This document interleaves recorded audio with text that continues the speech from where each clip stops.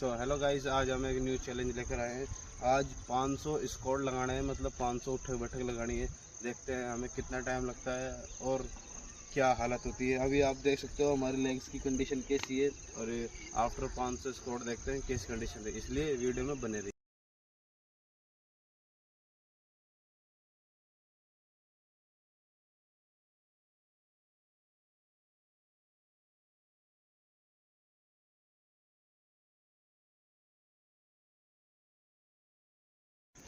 भाई कितने हो गए? 400।